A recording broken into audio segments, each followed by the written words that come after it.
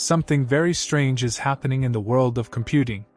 For decades, if you wanted real power, the kind of power that could render 8K video, compile millions of lines of code, or run complex AI models locally, you needed a tower. You needed a giant, heavy box under your desk with screaming fans, glowing RGB lights, and a massive power supply. You expect a pro-level machine to look intimidating, right? To wake up your brain, let's look at the exact opposite. Look at what I'm holding. It's a silver box that's smaller than a stack of floppy disks. It's silent. It doesn't even have a power brick outside of it anymore. This is the new Mac Mini M5, and it isn't just an upgrade. It is a declaration of war on the traditional desktop PC. The story of the Mac Mini has always been one of the underdog. It was the cheap Mac, the one you bought when you couldn't afford a Pro, or when you were just tired of fixing your Windows registry errors. But with the introduction of the M5 chip, Apple has done something that feels almost illegal. They've taken the same super cores found in their $12,000 Ultra computers and stuffed them into this entry-level machine. But here is the thing, and nobody is talking about this yet. There is a hidden catch in the supply chain reports that completely changes who this computer is actually for. I'm going to reveal exactly what that is in a few minutes.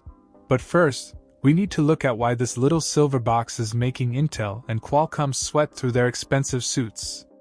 We aren't just doing a spec review today. We are investigating a massive shift in the industry. We're going to talk about why the M5 chip is a fundamental rewrite of how silicon works. We're going to look at the fusion architecture that Apple has been hiding in plain sight. And most importantly, we are going to answer the question that has the entire tech world in a massive panic. Did Apple just make their own Mac Studio completely obsolete? If you are planning on buying a computer in 2026, your upgrade decision absolutely depends on this video. The M5 Mac Mini is a trap for some, and an absolute miracle for others. And by the end of this video, you'll know exactly which side you're on. Let's start with the heart of the beast, the M5 Silicon. To understand why this is a massive leap, we have to look at the manufacturing. According to recent Bloomberg reports, we've moved into the N3P era, the third generation of the 3-nanometer process. In plain English? That means Apple is packing more transistors into a space so small that it defies the laws of physics, as we used to know them back in the Pentium days. But it's not just about size, it's about the supercore. In the M5, the performance cores have been redesigned from the ground up. They aren't just faster, they are remarkably smarter. They use something called predictive neural loading. The chip literally guesses what you're going to do next before your finger even clicks the mouse. When you open Final Cut Pro or Premiere on an M5 Mac Mini, the software doesn't just load. It just exists. The latency has been reduced to nearly zero. It honestly feels like the first iPhone moment all over again. Now I know what some of you are thinking. It's just another Mac Mini, they do this every year. It's just a predictable spec bump. But this is where it gets absolutely insane. The M5 isn't just a CPU anymore, it is an AI powerhouse. Apple has integrated a dedicated neural accelerator into every single GPU core. NASA called, they want their engineering back. This isn't just for asking Siri to set a timer for your backyard grill. This is for the world of 2026, where every heavy lifting app we use is powered by large language models. If you're running a local copy of a massive 70 billion parameter AI model, the M5 Mac Mini handles it with the kind of grace that would have required a $5,000 GPU array just 2 years ago. But why would Apple give us this much power for such a low price? Why cannibalize their own high-end machines? This is the $600 question. In the US market, the Mac Mini has always been the gateway drug. It's designed to get you into the ecosystem. But with the M5, the gateway is wider than ever. Apple is watching the rise of Windows on ARM laptops and the new Snapdragon-powered desktops. They aren't just competing with Intel anymore. They are competing with the very idea of what a computer should actually cost. By pricing the M5 so aggressively, Apple is basically daring you to buy a Windows machine. But don't reach for your wallet just yet. Remember that hidden catch I mentioned earlier? The dopamine gap is about to close. Let's talk about the secret buried in the latest supply chain reports from Ross Young. Here is the harsh reality check. While the base M5 chip is a marvel of modern engineering, Apple is playing a very clever, almost diabolical psychological game with the memory bandwidth. You see, to get that zero-latency AI performance, the unified memory needs to feed the GPU at lightning speed. The base model? It is artificially capped. They are giving you a Ferrari engine, but forcing you to drive it on bicycle tires unless you pay the Apple tax for the memory upgrade. Honestly, this changes everything. It means the $600 miracle machine is actually an $800 necessity if you want it to last more than 2 years.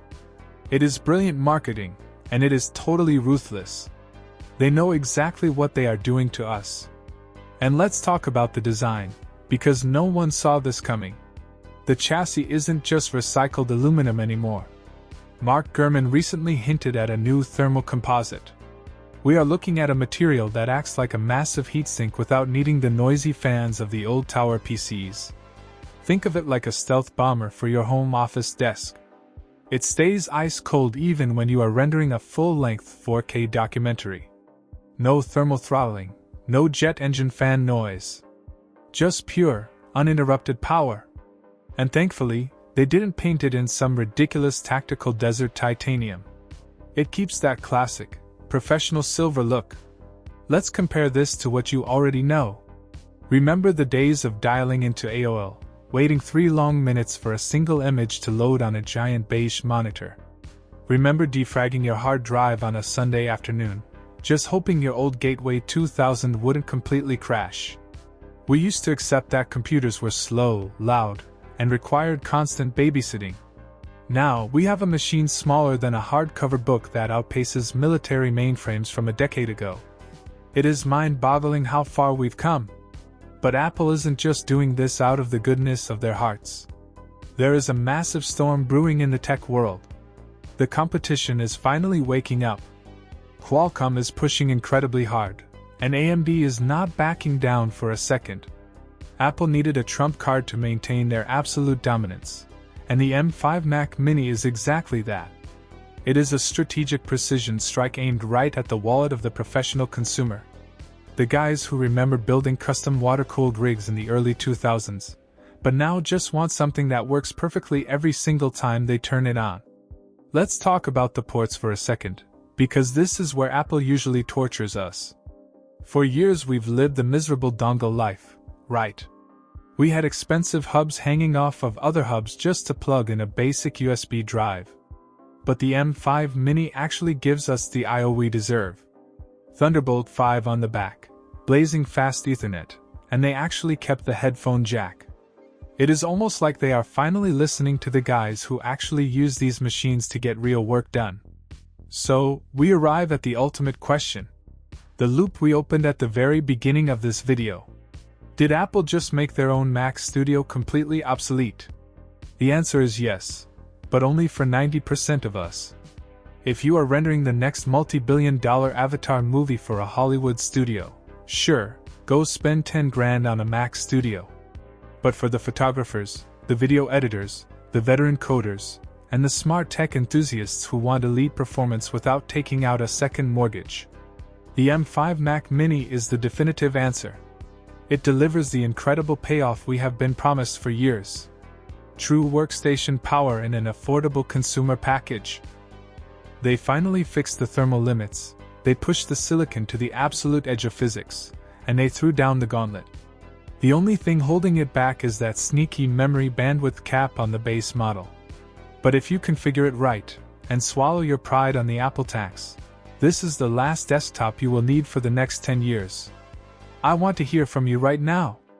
Are you going to fall for the base model trap, or are you stepping up to the higher memory configuration to unlock the true power of the M5?